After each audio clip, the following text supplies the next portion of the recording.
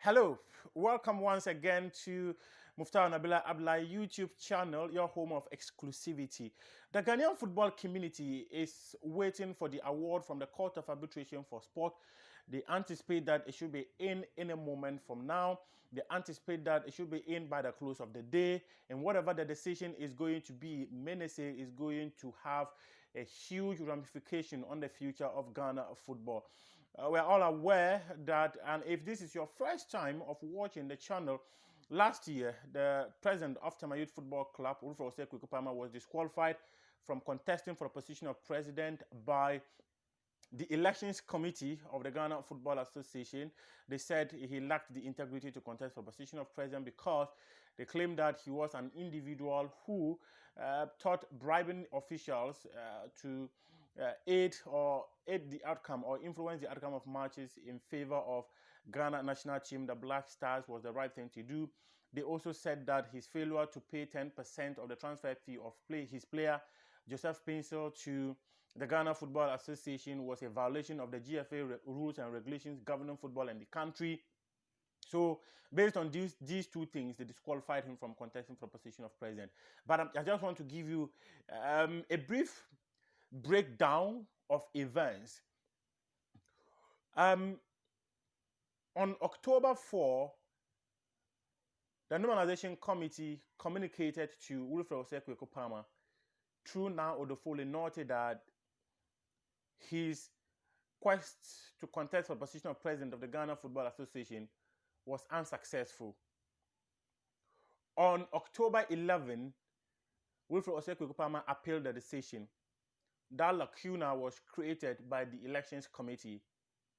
Though Article 81(2) of their regulations or the statutes said that their decisions were final and binding, they still created that lacuna for people who had grievances to appeal. In every democratic institution, you must give people the right to exercise, and this was done. When he appealed, the appeal was rejected. According to the normalization committee, he tabled a notice of appeal and not an appeal. On October 11, Wilfred Kwaku appealed the decision at FIFA. He appealed the decision at the Court of Arbitration for Sport. He appealed the decision at CAF. He appealed the decision at the Ministry of Youth and Sports, calling on all these four institutions to call on the GFA to respect their own rules and regulations, because by the details provided, at no point did they claim that these were some of the things required before someone was deemed qualified enough to contest for the position of president. He actually cited examples in relation to Great Olympics owing the Ghana Football Association since 1998 for the transfer of Laye Kinson and Godfrey Atam. These money are still not being paid to the GFA, but someone like Fred Papo, whom was one of the leaders of Great Olympics, was never disqualified because his club owes the Ghana Football Association, or the club he is part of owes the Ghana Football Association. Okay, on October 14th, Wilfred Kwaku also wrote to the Court of Arbitration for Sport again, asking that they provide the conservatory or provisional measures. In other words, they should invoke R59 of the CAS regulations, and this means place an injunction on the GFA presidential elections. He was specific, presidential elections. And when the GFA failed, what in that one clearly says that before CAS would either place an injunction or go through the provisional measures or conservatory measures, both parties must agree. So the GFA refused to respond to that. But on October 20, GFA responded to all his claims made at the Court of Arbitration for Sport. This was done on October 20 by now Odofole Norte again. And in that one, if you go to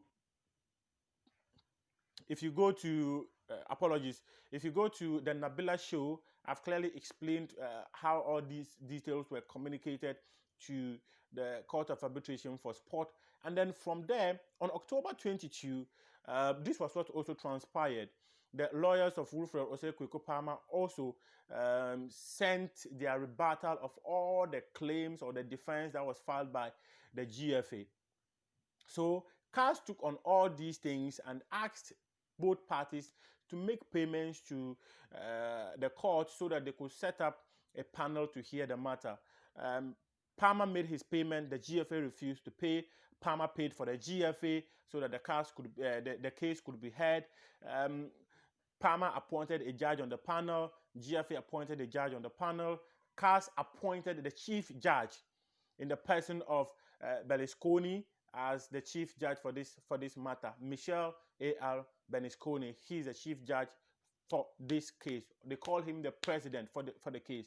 And then when all these things were done, the court on June 22 ruled that they have the right to hear the matter after the GFA had claimed that no, they didn't have the right. Just forgive me, let me take you a step back. On October 25, the Court of Arbitration for Sport ruled that they were not going to provide the provisional measures in relation to the presidential elections and all that. So that was what also happened on October 25. And then fast forward, CAS asking both parties to make the payment so they could set up a panel to hear the matter and all that. The panel was set up. Their president is Michel A.R. Berlusconi. He is in charge, and plus two other judges appointed by the GFA and Palmer respectively.